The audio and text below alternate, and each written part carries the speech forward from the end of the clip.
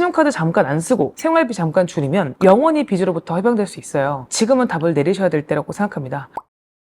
안녕하세요. 혹시 여러분 중에 최근에 개인회생을 진행해야 될 것 같은데 정말 이게 좋은 결정인지 고민 중이신 분들 계신가요? 혹은 이미 개인회생에 대해서 신중히 찾아보았음에도 불구하고 여전히 고민하고 계신 분들이 있으신가요? 오늘은 그런 분들을 위해서 개인회생을 시작하기 전에 꼭 고려해야 될 치명적인 단점을 한번 설명드리려고 하는데요. 먼저 사례 하나를 설명드릴게요. 김 씨는 3년 전까지만 해도 평범한 직장인이었습니다. 그런데 갑작스러운 실직과 가족들의 의료비 부담으로 인해서 빚이 눈덩이처럼 불어나게 된 거예요. 결국 이 사람이 3년을 버티다 못해서 개인회생을 선택을 했는데 이 과정에서 여러 가지 어려움에 부딪히게 된 거죠. 첫 번째, 이분이 개인회생을 하게 되면 매달 법원에 납부해야 될 변제금이 부담될 수 있습니다. 물론 기존에 이자를 내거나 또는 원리금을 내셨던 분도 계시겠지만 매달 법원에 일부 최저생계비를 빼고 납부하는 게 쉽진 않은 거라서요. 우리나라는 매년 보건복지부에서 물가 수준 등을 고려해서 최저생계비라는 것을 정하고 공표하는데요. 제가 몇 번 설명드린 적이 있지만 개인회생에서는 그 생계비마저 전액 반영하지 않고 그 중에 60% 정도만 반영을 한다. 그러니까 평균 생활비에서 줄여서 60% 정도만 가지고 살아라, 이런 취지란 말이에요. 그렇다면 개인회생을 진행하는 채무자들은 기존의 소비 수준을 더 줄이고 검소한 생활을 해야 된다는 뜻이잖아요. 2024년 기준으로 1인 기준 최저 생계비는 약 133만 원 정도다 라고 말씀을 드렸는데요.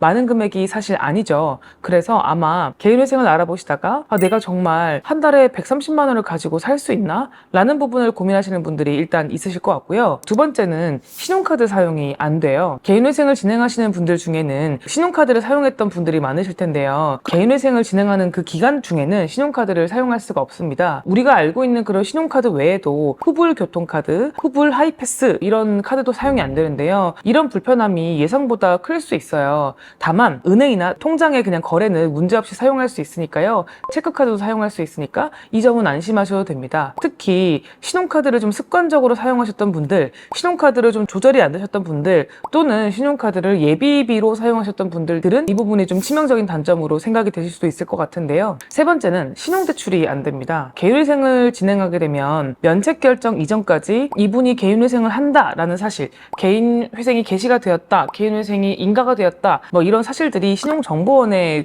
등록이 되는데요. 그래서 각 금융사에서 대출을 해주지 않습니다. 내가 전세로 집을 구하고 싶거나 부동산을 사고 싶거나 이런 계획이 있을 때 개인회생이 걸림돌이 될 수 있거든요. 그래서 개인회생 기간 중에 집을 마련하거나 아니면은 전세를 좋은 기회로 들어갈 기회가 있어도 개인회생 중에는 재산 형성이 좀 어렵다라는 점을 고려해야 됩니다. 마지막으로 네 번째는 잘 있는 일은 아닌데 보증서 발급이 필요하신 분들이 있어요. 가끔 취업이나 승진할 때 신원보증서를 요구하는 회사들이 있는데요. 개인회생을 진행하는 채무자는 보증보험사에서 신원보증서를 발급받기가 좀 어렵거든요. 자, 그러면 채무자들이 이렇게 치명적인 단점들이 있음에도 불구하고 결국 개인회생을 선택하는 이유는 무엇일까요? 사실 그 이유는 딱 하나입니다. 답이 없거든요. 감당하기 어려울 만큼 빚이 늘어나 있는 상태에서 이것을 해결할 수 있는 방법은 사실 개인회생밖에 없는 경우들이 대부분이에요. 당장 눈앞에 닥친 원리금을 납부하기 위해서 카드론 대출을 받고 1금융, 2금융 대출도 나오지 않아서 이미 3금융에서 대출을 받는 상태라면 앞서 말씀드린 고민되는 이유들은 잠시 접어두셔야 됩니다. 그리고 개인회생을 바로 진행하셔야만 합니다. 이 빚을 청산하지 않으면 새로운 시작을 할 수 없으니까요. 너무 막막해서 뭘 해야 될지 모르겠다면 어렵게 생각하지 마시고 일단 상담 시청부터 해보는 것도 방법입니다.